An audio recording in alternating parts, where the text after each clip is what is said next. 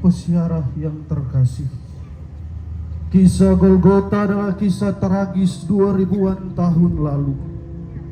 Tragedi Golgota adalah sebuah sejarah yang layak disimak, sebuah kisah yang patut ditulis ulang.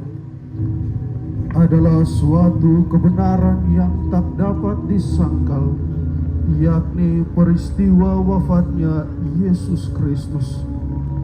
Ini merupakan pengalaman yang paling tragis dalam hidupnya.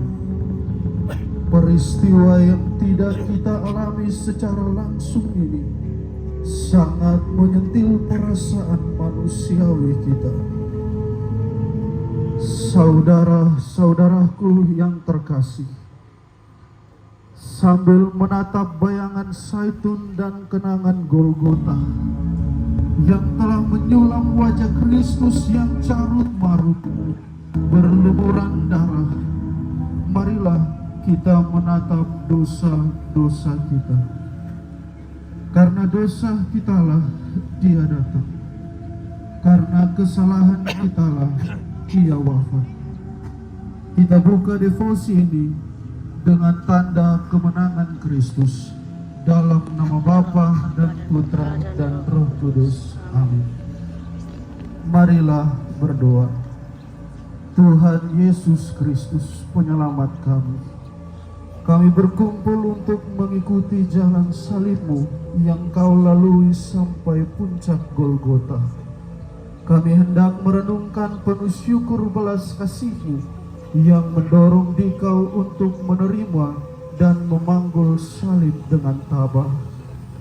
Hati-Mu yang penuh dengan belas kasih itu pada kami, orang yang tidak selamat karena dosa.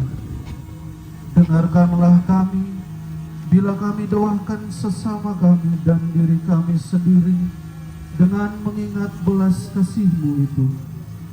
Bunda Maria, hati-Mu berduka cita. Tolonglah kami agar kami merenungkan sengsara putra-Mu dengan wajar. Engkaulah yang pertama ditebus oleh putra-Mu.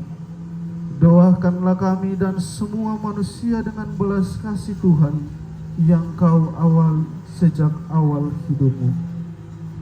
Mari menapak jalan salib Tuhan yang adalah tanda solidaritas Allah akan penderitaan manusia. Getsemani mengukir sejarah, terpatri dalam siarah pengikutnya. Yudas, seorang sahabat, memalingkan wajah lantaran 30 keping perak. Hembusan angin dingin kagum menorai tirai hati anak manusia dalam kesusahan. Awan bergerak pelan mendung menyelimuti suram wajah yang basah oleh keringat darah. Oh, betapa gelisah hatiku. Oh, wajah yang ramah tak pantas ditampar parah kianat. Getsemani, Getsemani, Getsemani. Aromamu membaur dalam angkara sejagat. Dosa manca benua bergelantungan di rantingmu. Ya Bapakku, jikalau boleh, biarlah piala ini berlalu daripadaku, namun bukan seperti yang ku kehendaki, melainkan seperti yang Engkau kehendaki. Tersobek wajahnya dikecup pasukan Yudas. Ludah-ludah kianat melekat di pipinya. Hatiku sedih seperti mau mati rasanya. Tinggallah di sini, berjagalah dengan daku. Sebab pengkhianatku hampir datang menjemputku di gerbang zaitun. Getsemani, Getsemani, Getsemani. Ku kenang dalam gelisah tak bertepi. Dengarlah, hai kamu semua. Banyak orang tak lagi mencintai kebenaran dan keadilan. Karena itu, Anak Manusia harus datang untuk mewartakan kebenaran dan keadilan, di tengah-tengah bangsa ini. Demi kebenaran dan keadilan itu, anak manusia harus menanggung penderitaan, ditolak oleh tua-tua, imam-imam kepala, ahli-ahli Taurat, lalu dibunuh. Namun bangkit pada hari ketiga. Berdoalah kamu, marilah kita pergi. Kemanakah kita harus pergi? Guru, sebentar lagi gelap akan menyelimuti daerah ini. Sebaiknya kita tak perlu pergi. Kita harus pergi ke Bukit Getsemani, di Bukit Zaitun. Dari sanalah awal kesengsaraan dimulai. Orang-orang berdosa akan menangkap dan menyeret anak manusia untuk mati di kayu salib. Dan kamu semua akan terguncang imanmu karena hal itu. Sebab ada tertulis, aku akan membunuh gembala, dan kawanan domba itu akan tercerai-berai. Jangan mereka terguncang imannya karena engkau. Aku sekali-kali tidak. Aku berkata kepadamu, Petrus, sesungguhnya malam ini, sebelum ayam berkokok, engkau telah menyangkal aku 3 kali.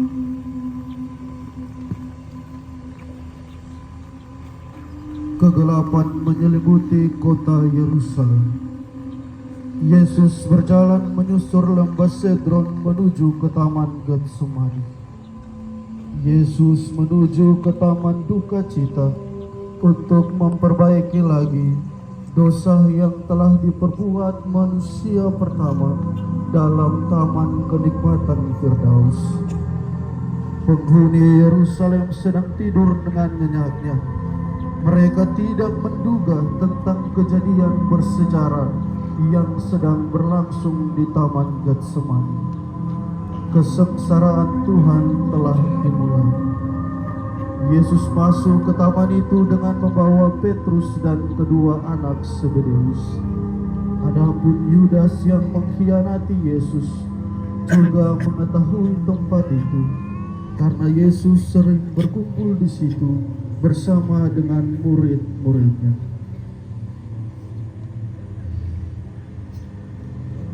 Lihatlah manusia ini. Di tempat ini, suatu rahasia abadi terjadi. Suatu misteri sepanjang abad terbukti. Di Taman Getsemani, Yesus sudah mengalami penderitaan yang membawa maut. Betapa tidak, sebagai Allah, Ia sudah mengetahui siksaan itu sebelumnya. Dan sebagai manusia, Ia merasakan dalam hatinya segala kengerian. Ia merasakan penghinaan dan kebengisan yang sudah mendekat. Ia melihat serdadu-serdadu ganas yang mendaratkan tinju dan jotos di wajahnya.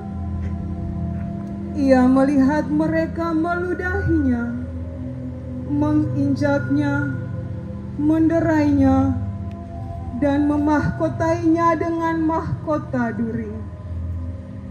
Ia merasakan deraan, paku-paku yang tajam, tali temali dan beban salib yang amat berat. Ia melihat Golgota, Golgota. Ia melihat dirinya digantung di salib, diapiti 2 penjahat. Ia melihat hujatan dari lautan manusia.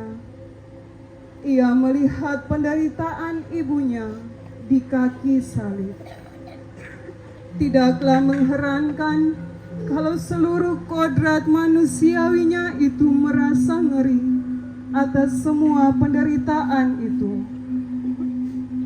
Ia gemetar ketakutan, dan ketika segala-galanya seakan-akan sudah meninggalkannya, bergaunglah seruannya yang penuh duka cita. Bapa, kalau boleh, jauhkanlah daripadaku penderitaan yang aku harus alami ini. Tinggallah di sini dan berdoalah supaya kamu tidak jatuh ke dalam percobaan.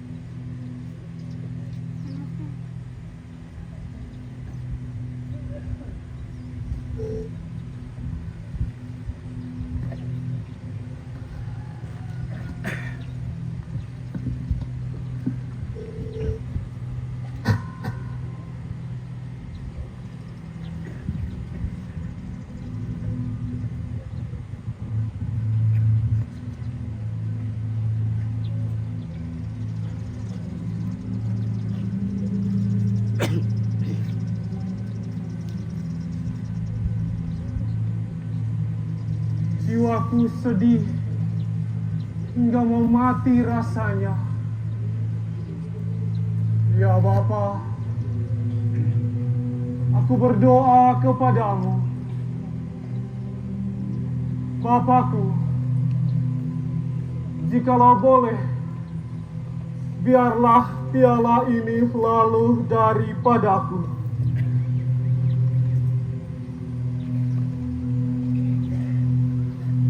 Tetapi bukan kehendakku ya Bapa, melainkan kehendakmu. Terjadilah.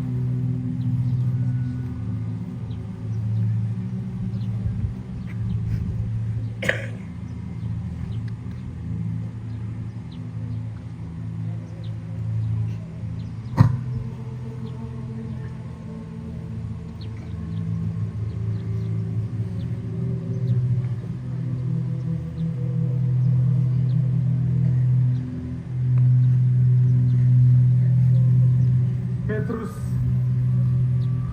Yohanes, Yakobus, bangunlah.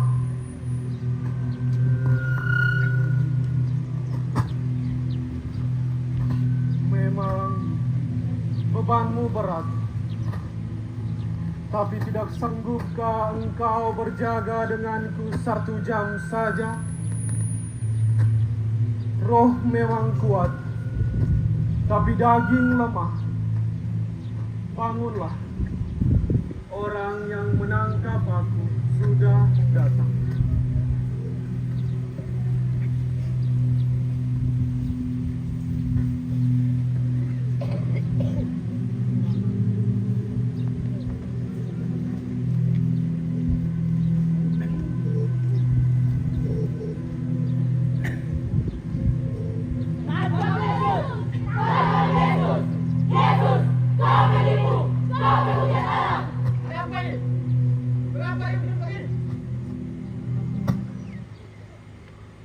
Lihatlah para pengikut Yesus itu, dan orang yang kucium, itulah dia, dan bawalah dia dengan selamat. Orang-orang berdosa akan menangkap dan menyeret anak manusia. Lihatlah, orang yang mengkhianati aku sudah dekat.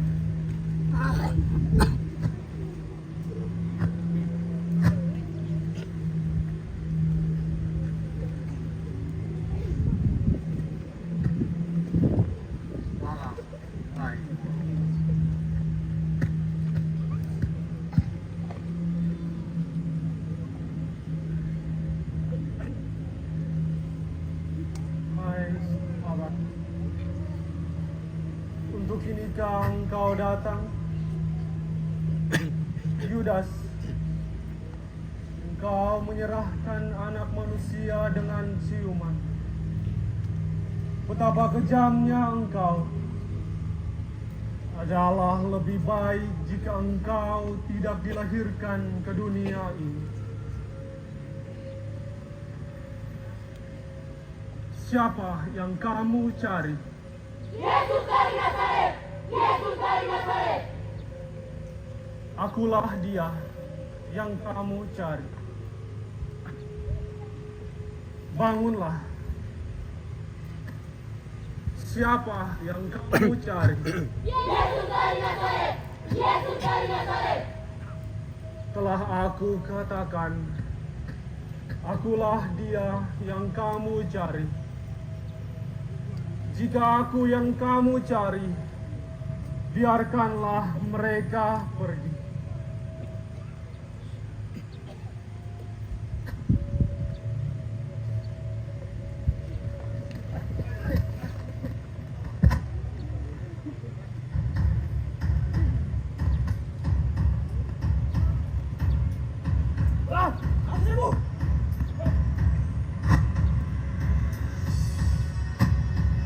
Petrus, sarungkanlah pedangmu itu.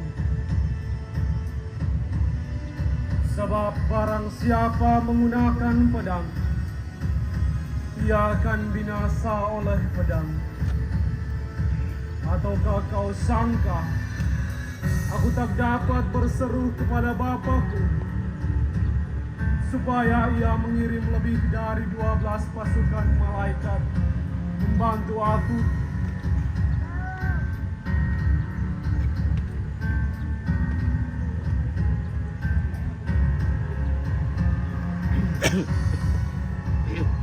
Sangkamu aku ini penyamun, sampai kamu datang lengkap dengan pedang dan pentung.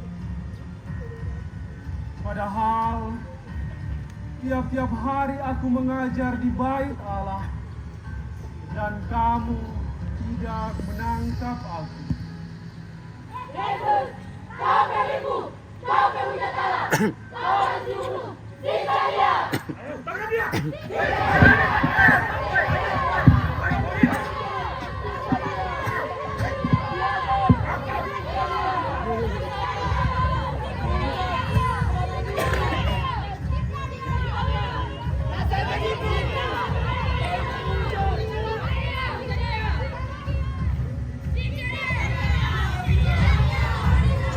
Yang pertama, Yesus dihukum mati. Kami memuji Dikau ya Kristus dan bersyukur kepadamu. Sebab dengan salib suci-Mu Engkau telah menebus dunia. Yesus diseret ke pengadilan. Di sana telah menanti imam besar Kayafas. Namun, Yesus sebagai domba yang diam membisu ketika dihantar ke tempat pembantaian. Ia dianiaya, tetapi itu ditanggungnya dengan sabar, tanpa membuka mulutnya. Ia membiarkan dirinya digolongkan di antara kaum durjana. Sebab itu, ia memikul kejahatan banyak orang dan berdoa bagi orang-orang berdosa. Kau datang di tengah-tengah milikku, tetapi mereka tidak menerimamu. Kau tak dikenal bagaikan seorang penjahat politik. Kau di hadapan Pilatus, di sana telingamu pekikan mengguntur, salibkanlah dia, salibkanlah dia.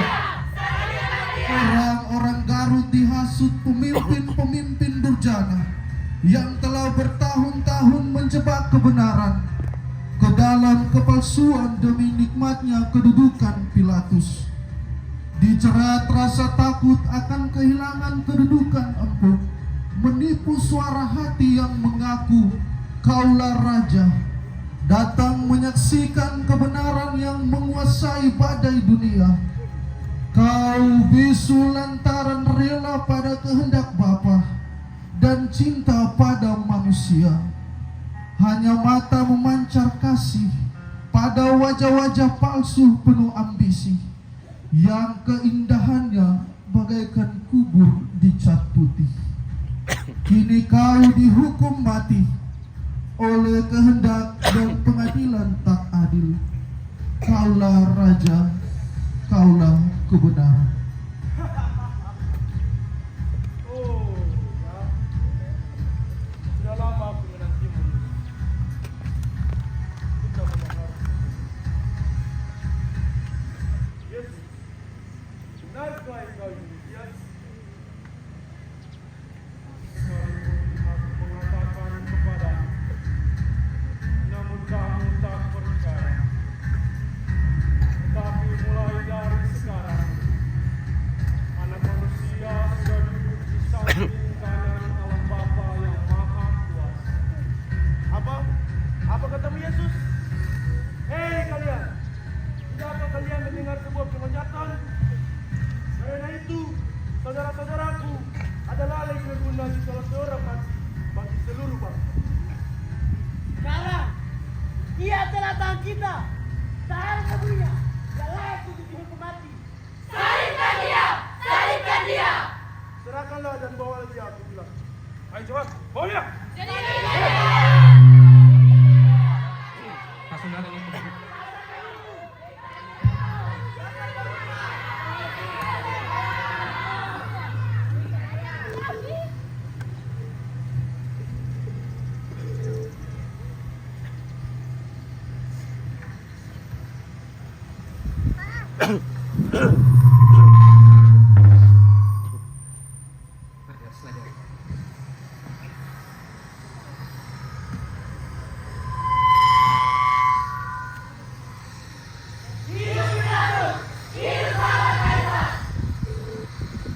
Saudara-saudara, apa tuduhanmu terhadap orang ini?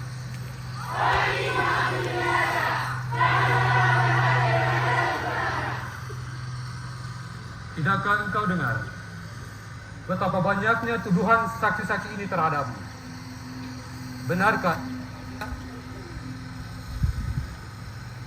Apakah engkau mengatakan hal itu dari hatimu sendiri? Ataukah ada orang lain yang mengatakan hal itu tentang aku? Apakah engkau kira aku seorang Yahudi, bangsamu sendiri dan imam-imam kepalamu sendiri yang menyerahkan engkau kepadaku? Apa yang telah engkau perbuat? Kerajaan bukan dari dunia ini. Jika kerajaan itu dari dunia ini, pasti hamba-hambaku telah melawan supaya aku tidak diserahkan ke orang-orang Yahudi. Akan tetapi kerajaanku bukan dari sini. Jadi, engkau adalah raja. Engkau sendirilah yang mengatakan bahwa aku adalah raja. Siapa yang kamu kehendaki supaya aku membebaskan bagimu? Barabas atau Yesus yang disebut Kristus ini?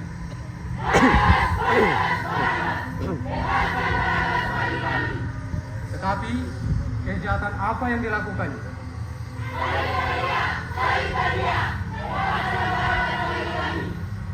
Jika demikian, apa yang aku harus perbuat dengan Yesus yang disebut Kristus ini?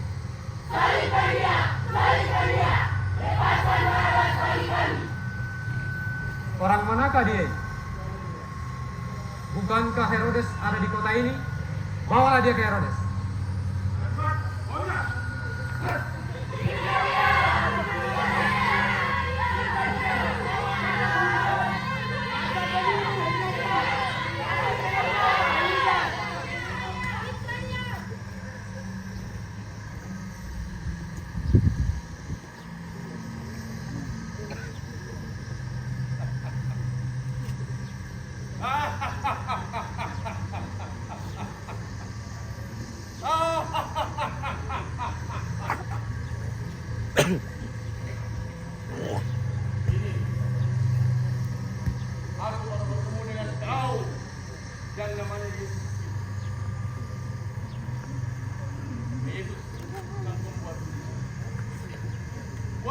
sikap-sikapku di hadapanku sekarang.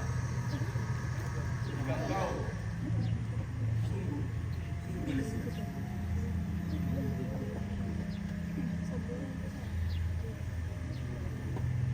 Kenapa kau diam? Ayo, kita diam, saudara bicara. Ayo,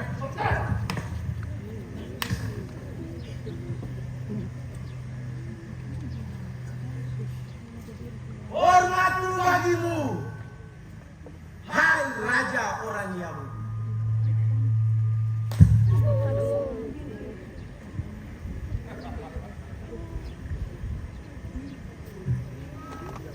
Coba nubuatkanlah, siapakah yang menamparmu?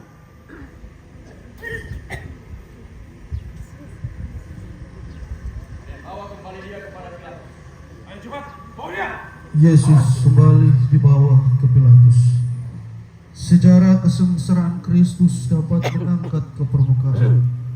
Berapa banyak kebencian dan kedurhakaan dapat terpendam di dalam hati manusia. Berapa banyak kejahatan dan sikap tidak tahu terima kasih mengalir di dalam Kristus di depan Pilatus. Suatu adegan yang memprihatinkan terjadi di tempat ini lagi.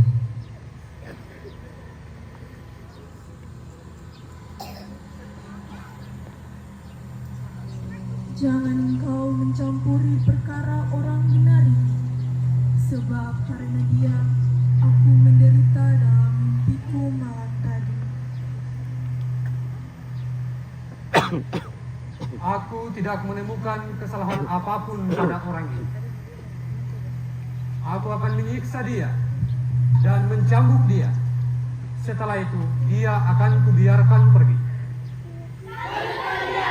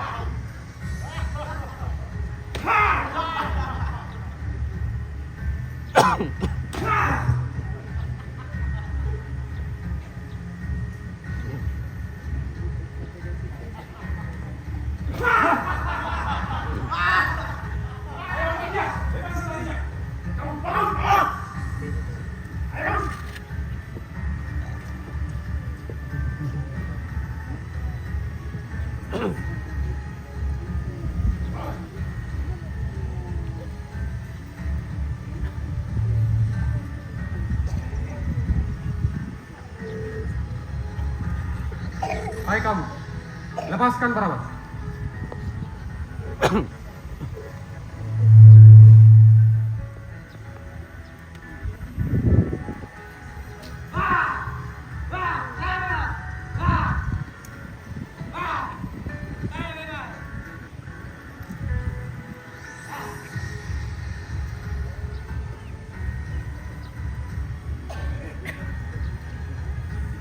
Aku tidak bersalah atas darah orang ini. Itu urusan kamu sendiri. Adililah dia menurut hukum. Ambillah dia.